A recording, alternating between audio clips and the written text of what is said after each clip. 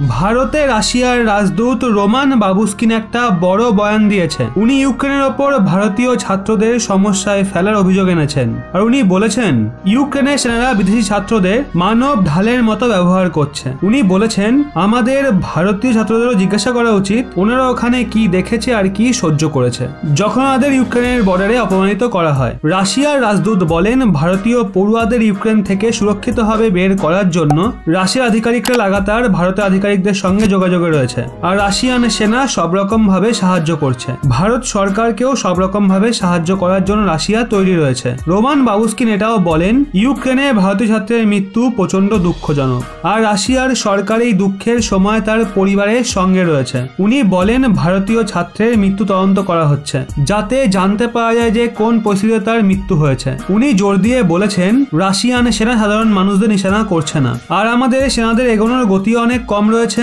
উনি বলেন রাশিয়ান সেনাদের কঠিন নির্দেশ দেওয়া হয়েছে যেন কোন নাগরিকের ওপর হামলা না করা হয়। বাবুস্কিন পশ্চিমী মিডিয়ার ওপর অভিযোগ এনে বলেছে এই সময়ে সবচেয়ে বেশি ফেক নিউজ ওখান থেকে ছড়ানো হচ্ছে। রাশিয়ান আর্মি সিভিলিয়ানদের ওপর অ্যাটাক করছে না যেমনটা পশ্চিমী মিডিয়াগুলো দেখাচ্ছে। উনি বলেন অভিযোগ আনা হচ্ছে রাশিয়ান সেনা নাকি নিউক্লিয়ার স্টেশনকে ধ্বংস করেছে কিন্তু এটা একটা মিথ্যা কথা। উনি বলেন নিউক্লিয়ার স্টেশনে ইউক্রেনের সেনারা জমায়েত করেছিল আর তারা রাশিয়ান সেনার ওপর হামলা করে। রাশিয়ান সেনা জবাবি ক্রিয়াকলাপের পর তারা নিউক্লিয়ার স্টেশন থেকে পালিয়ে যায়। যাওয়ার সময় রিঅ্যাক্টরে আগুন লাগিয়ে দেয়। রাশিয়া বলেছে এই সংঘর্ষের সূত্রপাত পুতিনের কার্যকলাপের আদেশের পর হয়নি বরং 8 বছর আগেই শুরু হয়ে গেছিল যখন পশ্চিমী দেশগুলোর সহযোগে একটা বিদ্রোহের মাধ্যমে নির্বাচন করা সরকারকে সরিয়ে দেওয়া হয়েছিল। ওই সময়ে আসা আমেরিকা সমর্থক সরকার ডনবাস এলাকায় হাজারো রাশিয়ান সেনার হত্যা করে কিন্তু পশ্চিমী দেশগুলো তখন চোখ বুজেছিল।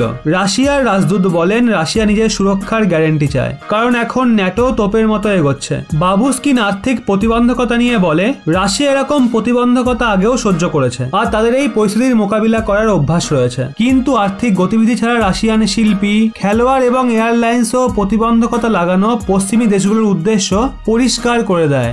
বন্ধুরা এই নিয়ে আপনাদের কি মতামত? প্রকৃত কালপিট কারা অবশ্যই কমেন্টে জানান।